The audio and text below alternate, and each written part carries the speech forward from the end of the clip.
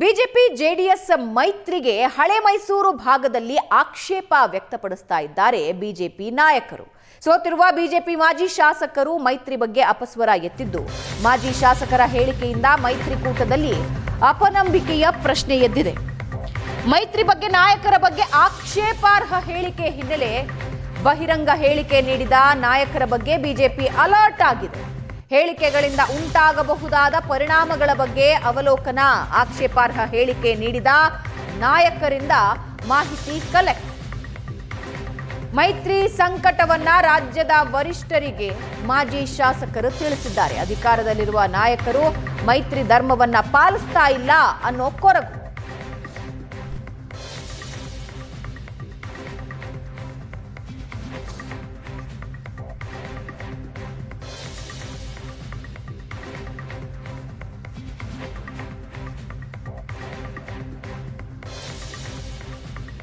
ಮೈತ್ರಿ ಇಕ್ಕಟ್ಟು, ಮಾಜಿ ಶಾಸಕರ ಅಳಲು. ಮೈತ್ರಿಕೂಟದ ಜವಾಬ್ದಾರಿ ಎರಡೂ ಪಕ್ಷಗಳ ಮೇಲಿದೆ. ಪರಸ್ಪರ ಗೌರವಿಸಿ ಜೊತೆಗೆ ತೆಗೆದುಕೊಂಡು ಹೋಗಬೇಕು. ಕೆಲವು ಕ್ಷೇತ್ರಗಳಲ್ಲಿ ಸಹಭಾಗಿತ್ವದ ನಡವಳಿಕೆ ಮರೀಚಿಕೆ ಆಗ್ತಾ ಇದೆ, ಹೊಂದಾಣಿಕೆ ಆಗ್ತಾ ಇಲ್ಲ. ಲೋಕಸಭಾ ಚುನಾವಣೆಯಲ್ಲಿ ಮೈತ್ರಿಯಿಂದ ಜೆಡಿಎಸ್ಗೆ ಹೆಚ್ಚು ಲಾಭ ಆಗಿದೆ. ಆದರೆ ಸೋತಿರೋ ನಾಯಕರನ್ನ ಸಹಭಾಗಿತ್ವದಲ್ಲಿ ಸರಿಯಾಗಿ ನಡೆಸ್ಕೊಳ್ತಾ ಇಲ್ಲ.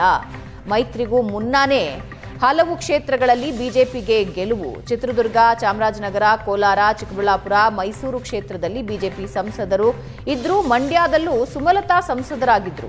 ಮೈತ್ರಿಯಿಂದ ಬಿಜೆಪಿಯ ಬದಲು ಜೆಡಿಎಸ್ಗೆನೇ ಲಾಭ ಆಗಿದ್ದು, ಕೇಂದ್ರ ಸರ್ಕಾರದ ಕಾರ್ಯಕ್ರಮಗಳಲ್ಲಿ ಬಿಜೆಪಿ ನಾಯಕರನ್ನ ಪರಿಗಣನೆನೇ ಮಾಡಿಲ್ಲ ಅಂತ ನೇರವಾಗಿ ಆರೋಪ ಮಾಡ್ತಾ ಇದ್ದಾರೆ.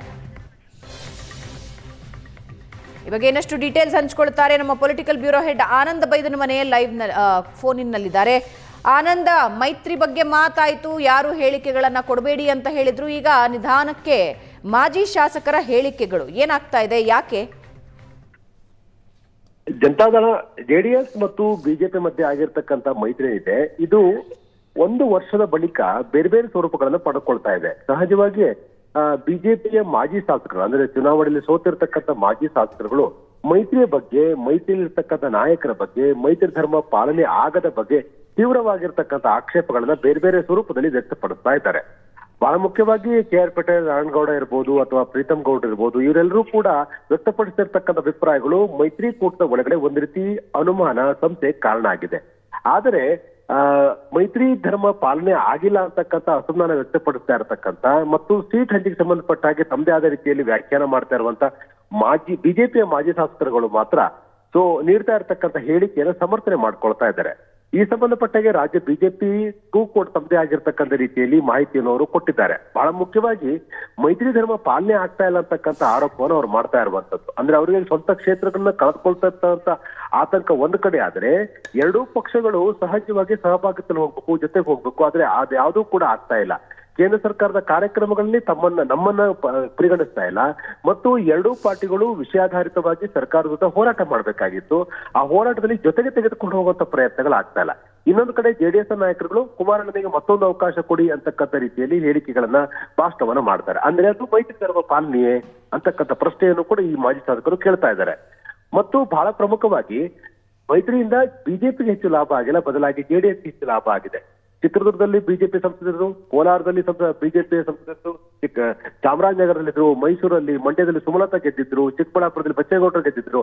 ಹೀಗಿರುವಾಗ ಲೋಕಸಭಾ ಚುನಾವಣೆ ನಮಗೆ ಯಾವತ್ತೂ ಕೂಡ ಲಾಭ ಆಗಿದೆ. ಬಿಜೆಪಿ ಗೆದ್ದಿರ್ತಕ್ಕಂಥ ಕ್ಷೇತ್ರಗಳಲ್ಲಿ ನಾವು ಮೈತ್ರಿ ಮಾಡ್ಕೊಂಡಂತ ಕಾರಣಕ್ಕಾಗಿ ಬದು ಜೆಡಿಎಸ್ಗೆ ಅನುಕೂಲ ಆಗಿದೆ ಹೊರತು ನಮಗೆ ಅನುಕೂಲ ಆಗಿಲ್ಲ ಅಂತಕ್ಕಂಥ ಮಾತನ್ನ ಬಹಳ ಸ್ಪಷ್ಟವಾಗಿ ಬಿಜೆಪಿ ಮಾಜಿ ಶಾಸಕರು ಹೇಳ್ತಾ ಇರ್ತಕ್ಕಂಥದ್ದು.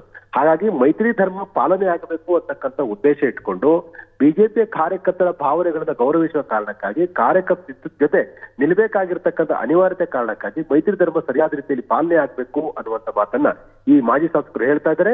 ಈ ಸಂಬಂಧಪಟ್ಟ ಹಾಗೆ ಬಿಜೆಪಿಯ ರಾಜ್ಯ ನಾಯಕರಿಗೆ ತಮ್ಮ ಹೇಳಿಕೆ ಹಿಂದಿರ್ತಕ್ಕಂಥ ಕೊರಗು, ಅಳಲು, ನಮ್ಮ ಏನು ಬೇಡಿಕೆಗಳಿತ್ತು ಆ ಬೇಡಿಕೆಗಳನ್ನ ಹೇಳುವ ಪ್ರಯತ್ನದ ಭಾಗವಾಗಿ ಕೆಲವೊಂದಷ್ಟು ಆತುರದ ಹೇಳಿಕೆಗಳು ನೀಡಿದ್ದು ಹೌದು ಅನ್ನುವಂತನ್ನ ಅವರು ರಾಜ್ಯ ಬಿಜೆಪಿ ನಾಯಕರಿಗೆ ಸಮಜಾಯಿಸಿ ಕೊಟ್ಟಿದ್ದಾರೆ. ಧನ್ಯವಾದ ಆನಂದ್.